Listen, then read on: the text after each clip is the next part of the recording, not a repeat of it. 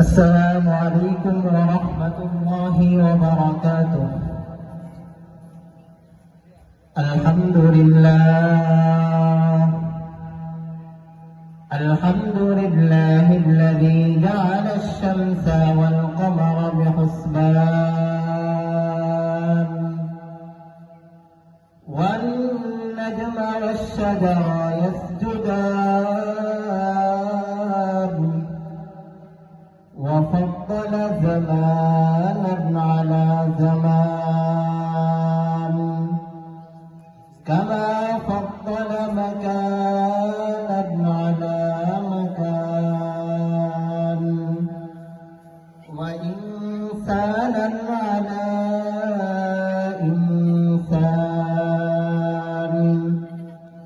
ونشهد أن لا إله إلا الله وحده لا شريك له لا ضد له ولا ند له ولا مثل له ونشهد أن سيدنا وسندنا وحبيبنا وحبيب ربنا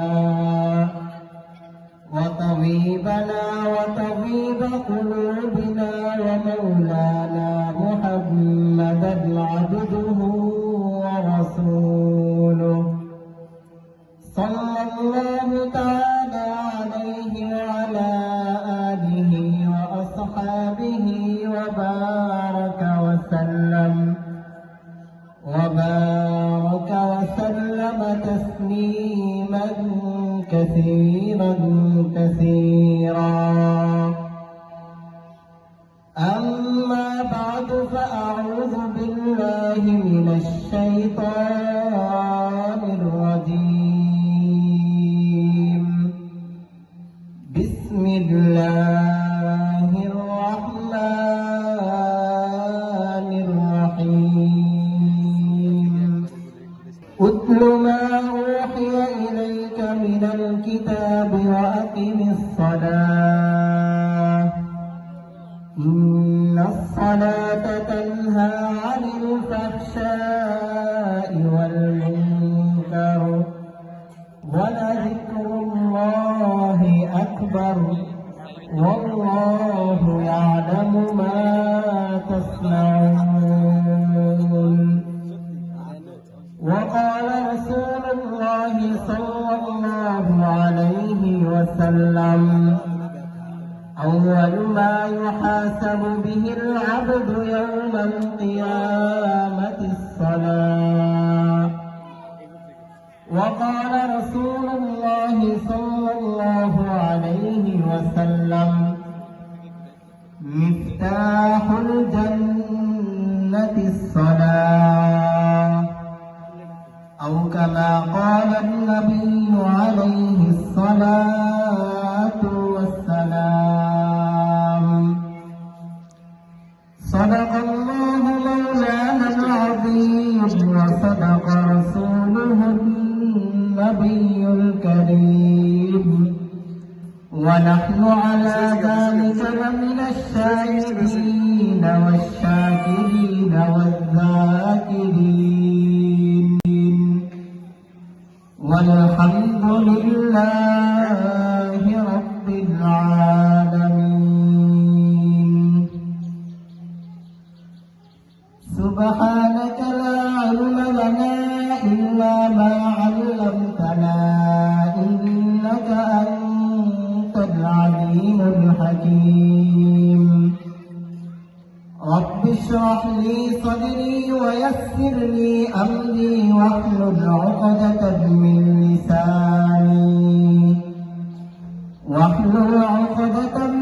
لساني يفقه قولي. تکبیر میں کلمان نماز میں عذاب تکبیر میں کلمان نماز میں عذاب ہے نام الہی سے بلا نام محمد اے نام الہی سے بلا نام محمد فرماتا मुझे खुंद तरी में, फरमाते हैं आदम को मुझे खुंद तरी में, लिखा हुआ तौबा में नाम मोहम्मद, लिखा हुआ तौबा में नाम मोहम्मद। आए मीम में महबूब मतलब का इशारा, आए मीम में महबूब मतलब का इशारा, फिर क्यों न हो महबूब खुदा नाम मोहम्मद, फिर क्यों न हो महबूब खुदा नाम मोहम्मद। अल्हम्दुलिल्लाह। পশ্চিম দেলচর পালের বাড়ি দারুস সালাম জামে মসজিদ এলাকাবাসীর উদ্যোগে আয়োজিত দ্বিতীয় বার্ষিকী ওয়াজ ও দোয়ার মাহফিল। উপস্থিত সম্মানিত সভাপতি, প্রধান অতিথি, বিশেষ অতিথিবৃন্দ, দূর দূরান্ত থেকে আগত আল্লাহ পাকের আশিকিন তাকিরিন শাকিরিন বান্দাগণ, লক্ষ কোটি শুকর ও সুজুদ সেই মহান রব্বে কারীমের দরবারে, যে মহান রব্বে কারীম আমাদেরকে আপনাদেরকে দুনিয়ার সকল কাজ থেকে ফারেক করে এই জান্নাতি বাগান ওলামায়ে কেরামদের মজলিসে কিছু দ্বীনি কথাবার্তা শোনার জন্য, আমাকে বলার জন্য আল্লাহ রাব্বুল আলামিন আমাদেরকে আসার তৌফিক দান করেছেন। এই জন্য অন্তরের থেকে কালিমাতুশ শুকর উচ্চারণ করি আলহামদুলিল্লাহ। লক্ষ কোটি দরুদ সালাম বিশ্ব মানবতার কান্ডারি, বিশ্ব মানবতার মুক্তির দিশারি সৈয়দুল মুরসালিন রাহমাতুল লিল আলামিন জনাব মুহাম্মদুর রাসূলুল্লাহ সাল্লাল্লাহু আলাইহি ওয়াসাল্লামের উপর সর্বোপরি শুকর, যে মহান রব্বে কারীম আমার মতো যোগ্যকে ওলামায়ে কেরামদের এই মজলিসে কিছু দ্বীনি কথাবার্তা বলার জন্য বসার তৌফিক দান করেছেন। আসলে বয়ান করতে বসি নাই, আপনি মুরব্বীদের থেকে দোয়া নেওয়ার উদ্দেশ্যেই বসা। আমার ইলমও নাই, আমলও নাই, দ্বীনি লাইনে পড়ালেখা করে মুরব্বীদের থেকে দোয়া নেওয়ার উদ্দেশ্যেই আপনাদের সামনে বসা। কিছু কথা আপনাদেরকে দ্বীনের নিসবতে কিছু কথা শোনানোর জন্য মাহফিল কমিটির পক্ষ থেকে বিষয় দেওয়া হয়েছে, নামাজ না পড়লে পরকালে কি শাস্তি দিবেন রব্বে কারীম, সেই ব্যাপারে আলোচনা করার জন্য। ইসলামের মূল ভিত্তি পাঁচটি, ওই পাঁচটির ভিত্তির মধ্যে সবচেয়ে গুরুত্বপূর্ণ ভিত্তি হলো ঈমান। ঈমানের পরে সবচেয়ে গুরুত্বপূর্ণ বিষয় হলো নামাজ। তার প্রিয় দোস্ত পয়গম্বর আরবি সাল্লাল্লাহু আলাইহি ওয়াসাল্লামকে মেরাজের রজনীতে 50 ওয়াক্ত নামাজ হাদিয়া দিয়েছিলেন। পয়গম্বর আরবি সাল্লাল্লাহু আলাইহি ওয়াসাল্লাম যখন মেরাজের রজনীতে আল্লাহ রাব্বুল আলামিনের সাথে সাক্ষাতে গেলেন, সাক্ষাৎ কথাবার্তা করে রাসূল সাল্লাল্লাহু আলাইহি ওয়াসাল্লাম যখন জান্নাত জাহান্নাম আরশ কুরসি লৌহ কালাম এগুলো সফর করার পরে যখন আল্লাহ রাব্বুল আলামিনের কাছ থেকে ফিরে আসবেন, সেই সময় আল্লাহ রাব্বুল আলামিন তার প্রিয় দোস্তকে তার উম্মতের জন্য 50 ওয়াক্ত নামাজ হাদিয়া দিয়েছিলেন। রাসূল করিম সাল্লাল্লাহু আলাইহি ওয়াসাল্লাম যখন এই হাদিয়া নিয়ে দুনিয়াতে আগমন করবেন, আসার পথে হযরত মূসা আলাইহিস সালাতু ওয়াস সালামের সাথে দেখা। হযরত মূসা আলাইহিস সালাতু ওয়াস সালাম ডাক দিয়া বলেন, হে রাসূল, আল্লাহ রাব্বুল আলামিন আপনাকে কি হাদিয়া দিয়েছে? রাসূল করিম সাল্লাল্লাহু আলাইহি ওয়াসাল্লাম বলেন, আল্লাহ রাব্বুল আলামিন আমার উম্মতের জন্য 50 ওয়াক্ত নামাজ হাদিয়া দিয়েছে। হযরত মূসা আলাইহিস সালাতু ওয়াস সালাম বললেন, নবী, আমার উম্মতের লোকেরা অনেক শক্তিশালী ছিল, আল্লাহ রাব্বুল আলামিন আমার উম্মতকে 2 ওয়াক্ত নামাজ দিয়েছিলেন, তারপরেও তারা তা আদায় করতে পারে নাই। আর আপনার উম্মত তো আমার উম্মতের দেখে অনেক দুর্বল হবে, আপনার উম্মত কিভাবে 50 ওয়াক্ত নামাজ আদায় করতে পারবে? আপনি যান, আল্লাহ রাব্বুল আলামিনের কাছে ফিরে যান, কিছু কমায় আনেন। রাসূল করিম সাল্লাল্লাহু আলাইহি ওয়াসাল্লাম যখন আল্লাহ রাব্বুল আলামিনের কাছে আবার গেলেন, তখন আল্লাহ রাব্বুল আলামিন 5 ওয়াক্ত কমায়া দিলেন। আবার ফিরে আসলেন, মুসা আলাইহিস সালাম বললেন আবার যান, আবার আসলেন। এবারে 9 বার আল্লাহ রাব্বুল আলামিনের কাছে গিয়ে 5 নং 45 ওয়াক্ত নামাজ কমায়া আনলেন। মুসা আলাইহিস সালাম বললেন আবার যান। এবার নবী বলেন, হে মুসা, আমার ভয় করে, আমি আর আমার লজ্জা লাগে, আমি আর যাইতে পারবো না। তখন আল্লাহ রাব্বুল আলামিন নবীকে ডাক দিয়া বলেন, হে দোস্ত, আমি তোমার উম্মতকে 50 ওয়াক্ত নামাজ হাদিয়া দিয়েছি। তোমার উম্মত 50 ওয়াক্ত নামাজ পড়তে পারবে না, এই জন্য 5 ওয়াক্ত নামাজ কমাইতে কমাইতে 5 ওয়াক্ত নামাজের কাছে আনছি। তোমার উম্মতকে তুমি বললো, যদি তারা কেউ 5 ওয়াক্ত নামাজ ভালোভাবে খুশু খুশুর সহিত আদায় করে, তাহলে তাদেরকে 5 ওয়াক্তের জায়গায় 50 ওয়াক্ত নামাজের সওয়াব দান করা হবে।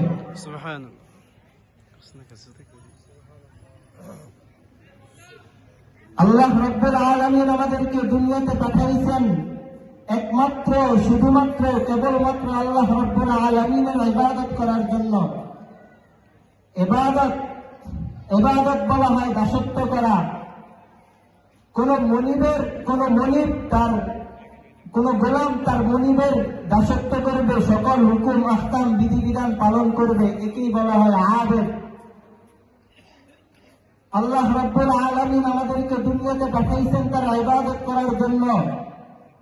একটু ভেবে দেখেন, দুনিয়াতে যদি কোনো মানুষ কাউকে কোনো কিছু হাদিয়া দেয় বা উপহার দেয়, তাহলে যাকে হাদিয়া দিয়েছে সে কত খুশি হয় এবং ওই যে হাদিয়া দিয়েছে তার উপর অনেক খুশি হয়। ঠিক আল্লাহ রাব্বুল আলামিন আমাদেরকে কত নিয়ামত দান করেছেন।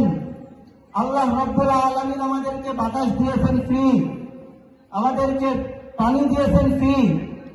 আল্লাহ রাব্বুল আলামিন আমাদেরকে দৈনন্দিন কত নিয়ামত দান করেছেন। আমার পুরা 3.5 হাত বডির মধ্যে আল্লাহ রাব্বুল আলামিন চক্ষু দিয়েছেন, কান দিয়েছেন, নাক দিয়েছেন, হাত দিয়েছেন। আমরা এগুলো দ্বারা কত কাজ করি একটু ভেবে দেখেন তো। যদি হাত না থাকতো তাহলে কি হতো? যদি চোখ না থাকতো তাহলে আমরা দৃষ্টিশক্তিহীন হয়ে যেতাম, কোনো কিছু দেখতে পারতাম না। যদি আমাদের কান না থাকতো তাহলে আমরা কোনো কিছুই শুনতে পারতাম না। আল্লাহ রাব্বুল আলামিনকে এত নিয়ামত দেওয়ার পরেও আল্লাহ রাব্বুল আলামিন বলছেন, বান্দা, তোমাকে আমি নিয়ামত দিয়েছি এই জন্য যে তুমি আমার দাসত্ব করবে। আর আল্লাহ রাব্বুল আলামিনের দাসত্ব হলো, আল্লাহ রাব্বুল আলামিন আমাদের উপরে যে 5 ওয়াক্ত নামাজ, দৈনন্দিন 5 ওয়াক্ত নামাজ ফরজ করে দিয়েছেন, এই ফরজ নামাজ আদায় করার জন্য। মুহতারাম হাজিরিন, কোন বিষয়ের প্রতি গুরুত্ব আরোপ করার জন্য 2টি বিষয় জরুরি। একটি হলো ওই বিষয়ে কাজ করার জন্য উৎসাহ প্রদান করা, আরেকটি হলো ওই বিষয় যদি কাজ না করা হয় তাহলে কি পরিণতি হবে, কি ভয়াবহতা হবে তার ব্যাপারে সতর্ক করা। আল্লাহ রাব্বুল আলামিন পবিত্র কোরআনের মধ্যে নামাজ পড়ার প্রতি উৎসাহ করেছেন এবং নামাজ না পড়লে কি পরিণতি হবে সেই ব্যাপারেও ভয় প্রদর্শন করিয়েছেন। পবিত্র কোরআনে আল্লাহ রাব্বুল আলামিন প্রায় 82 থেকে 83 জায়গায় সালাত শব্দ ব্যবহার করেছেন। এর থেকে বোঝা যায় নামাজের গুরুত্ব কতটুকু। রব্বে কারীম পবিত্র কোরআনের মধ্যে বলেন, ইন্নাস সালাতা তানহা আনিল ফাহশাই ওয়াল মুনকার, নিশ্চয় নামাজ তোমাদেরকে সকল অশ্লীল ফাহিশা কাজ থেকে বিরত রাখবে। আমরা দেখি, আমরা তো নামাজ পড়ি, কিন্তু নামাজ আমাদেরকে গুনাহের কাছ থেকে বিরত রাখে না। নামাজ পড়ি আবার চুরিও করি, নামাজ পড়ি আবার মিথ্যা কথাও বলি, নামাজ পড়ি আবার অন্যের হক নষ্ট করি, নামাজ পড়ি আবার সকল ধরনের অপরাধের মধ্যে লিপ্ত হই। তাহলে এই নামাজ আমাদেরকে কেন, আল্লাহ রাব্বুল আলামিন তো বলছেন নামাজ ফাহিশা কাজ থেকে বিরত রাখবে, তাহলে আমাদেরকে কেন বিরত রাখলো না? মুফাসসিরিনে কেরাম, মুহাদ্দিসিনে কেরাম বলেন, ওই নামাজ ফাহিশা কাজ থেকে বিরত রাখবে যে নামাজের মধ্যে বান্দা এবং তার মনিবের সাথে সম্পর্ক গভীরভাবে হবে। ওই নামাজ ফাহিশা কাজ থেকে বিরত রাখবে যে নামাজের মধ্যে খুশু থাকবে। ওই নামাজ অশ্লীল কাজ থেকে বিরত রাখবে যে নামাজের মধ্যে আল্লাহর ভয় থাকবে।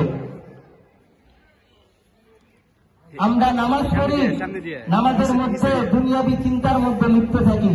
কোন দিক দিয়ে নামাজ শেষ হয়েছে বলতেও পারি না, কয় রাকাত পড়ছি তাও খেয়াল রাখি না। এই জন্য আল্লাহ রাব্বুল আলামিন পবিত্র কোরআনের মধ্যে বলেন, ইন্নাস সালাতা তানহা আনিল ফাহশাই ওয়াল মুনকার, নিশ্চয়ই নামাজ তোমাদেরকে অশ্লীল কাজ থেকে বিরত রাখবে। উলামায়ে কেরামগণ বলেন, কোন ব্যক্তি যদি নামাজের ব্যাপারে অলসতা করে তাহলে তার জন্য 15টি শাস্তির ব্যবস্থা রয়েছে। দুনিয়াতে 5টি শাস্তি, মৃত্যুর সময় 3টি, মৃত্যুর পরে 3টি, কবর থেকে যখন পুনরায় হাসরের ময়দানে উঠানো হবে সেই সময় 4টি। মোট 15টি অপরাধের মোট 15টি শাস্তির কথা উলামায়ে কেরামগণ বলে থাকেন। আমরা প্রথমে আলোচনা করি নামাজ না পড়লে দুনিয়াতে আমাদের কি শাস্তি হবে।